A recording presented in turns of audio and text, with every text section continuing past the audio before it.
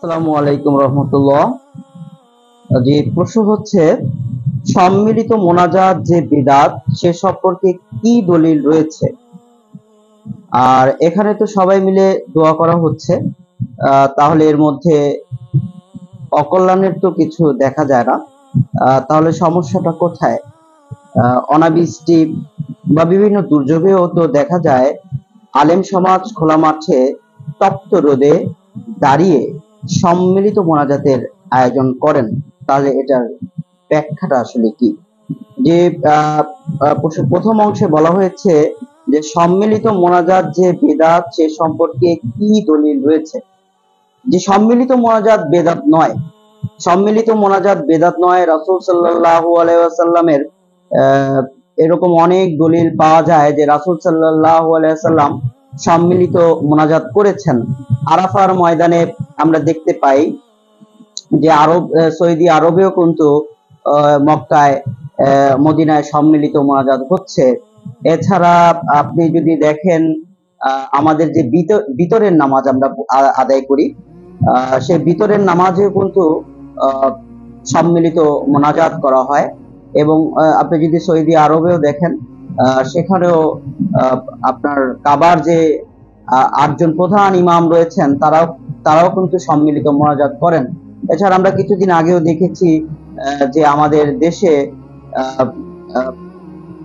আলেম সমাজ অনাবৃষ্টির জন্য বৃষ্টি হচ্ছিল না, তখন কিন্তু বিভিন্ন জায়গায়, আমাদের দেশে বিভিন্ন জায়গায় সম্মিলিত মোনাজাতের আয়োজন করা হয়েছে। ইস্তেসকার নামাজ যেটাকে আমরা বলি, তো এখানেও কিন্তু আপনার তাহলে সম্মিলিত মোনাজাতটা কিন্তু বেদাত নয়, এর দলিল রয়েছে। তাহলে মূলত বিষয়টা কি? বিষয়টা হচ্ছে, বলা হয়েছে যে ফরজ সালাতের পরে সম্মিলিত মোনাজাত হচ্ছে বেদাত।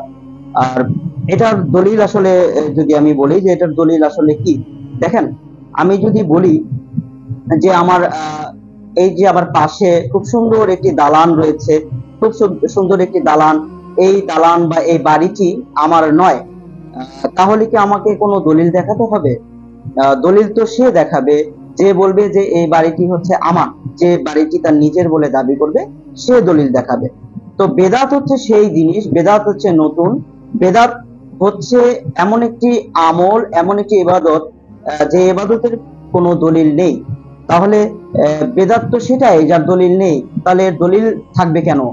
আর কেউ যদি বলে যে ফরজ সালাতের পর সম্মিলিত মোনাজাত করতে হবে, তাহলে দলিল তো সে দেখাবে কোরআন হাদিস থেকে যে কোথাও আছে যে সম্মিলিত মোনাজাত ফরজ সালাতের পর আল্লাহ রাসূল বা তার সাহাবীগণ সম্মিলিত মোনাজাত করেছেন।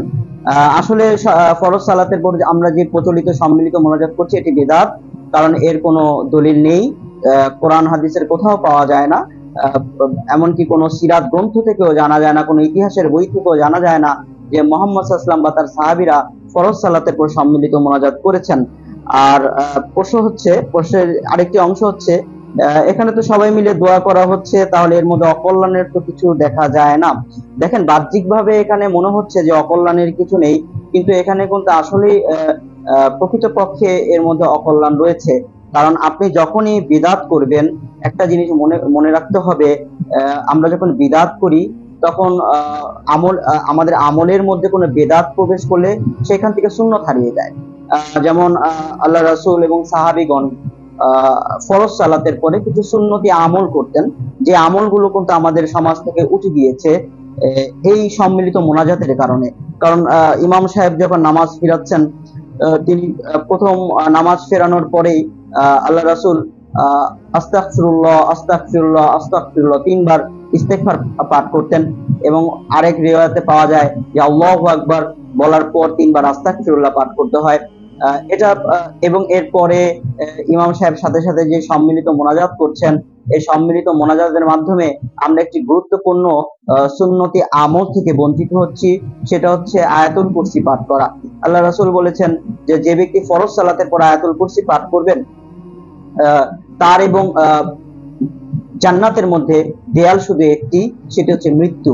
অর্থাৎ মৃত্যুর সঙ্গে সঙ্গে সে জান্নাতের সুগন্ধ পেতে থাকবেন, জান্নাতের সুবাতাস তার কবরে বহমান হবে, বইতে থাকবে।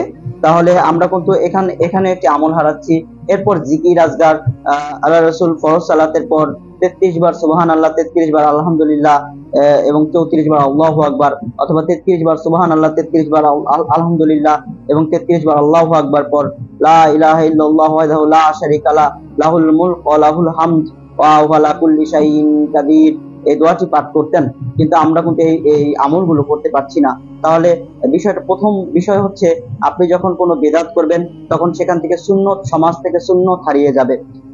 যেটা আমাদের সমাজে হয়েছে, আমাদের আমল থেকে সুন্নত হারিয়ে গিয়েছে। এই সুন্নত গুলো আমল আমরা এখন করছি না সম্মিলিত মোনাজাতের কারণে। আর আপনি যদি বলেন যে ফরজ সালাতের পর মোনাজাত করবেন, আপনি একাকী মোনাজাত করতেই পারেন, সেটা মাঝে মধ্যে করা যেতেই পারে। কিন্তু আপনি যখন অভ্যাসে পরিণত করবেন কিংবা সকলে মিলে একটি সম্মিলিত মোনাজাত করবেন, তখন বুঝতে হবে আপনি সলাতের প্রকৃত অর্থ অনুধাবন করতে পারেননি। কারণ সলাতের অর্থই কিন্তু হচ্ছে দোয়া, সলাতের অর্থই দোয়া। এবং আপনি যদি মোনাজাত বলেন, মোনাকারা থেকে মোনাজাত, এই মোনাকারা শব্দের অর্থ কিন্তু হচ্ছে গোপনে আল্লাহর সাথে কথোপকথন। তাহলে সম্মিলিত মোনাজাতটি যে আমরা মাইক ব্যবহার করে সবাইকে নিয়ে করছি, সেখানে আল্লাহ তার বান্দার মধ্যে গোপনে কথোপকথনের কি হলো? এখানে কিন্তু বিষয়টি হচ্ছে না। সম্পূর্ণ এটি একটি ভিত্তিহীন এবং অযৌক্তিক।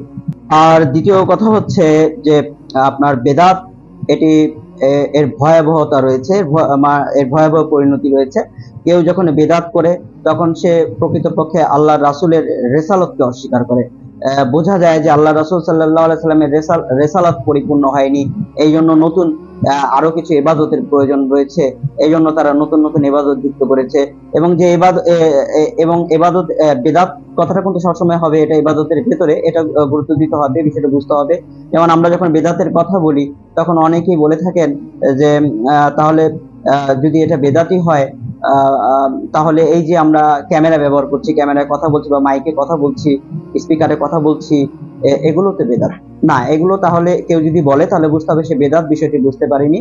কারণ বেদাত সবসময় ফি দ্বীন, অর্থাৎ আমলের ভেতরকার বিষয় হবে। আপনার যেমন মসজিদে টাইলস লাগানো, এসি লাগানো, এগুলো কিন্তু বেদাত নয়। হ্যাঁ, এগুলো হচ্ছে আমলের বাইরের বিষয়। কিন্তু আপনি যদি বলেন যে মসজিদটি ছিল টিনের মসজিদ, আমরা এখানে জুম্মার সালাত 2 রাকাত আদায় করতাম, এখন যেহেতু এসি হয়ে গেছে এবং মসজিদটি টাইলস হয়ে গেছে, তবে আমরা 2 রাকাতের জায়গায় 4 রাকাত সালাত আদায় করতে পারি, সেক্ষেত্রে এটি বেদাত হবে। কারণ আপনি তখন আমলের ভেতরে আমলকে বৃদ্ধি করেছেন। এবং মুহাম্মদ সাল্লাল্লাহু আলাইহি ওয়াসাল্লাম যে আমল দিয়েছেন তার থেকে যাররা পরিমাণ, একটি চুল পরিমাণ আমলও যদি আপনি বেশি করেন, সেটাও নতুন এবং বেদাত বলে পরিগণিত হবে। এবং বেদাতের আরো একটি ভয়ঙ্কর বিষয় হচ্ছে হাউজে কাউসার থেকে বঞ্চিত হওয়া। যারা বেদাত করবে তারা হাউজে কাউসার থেকে বঞ্চিত হবে।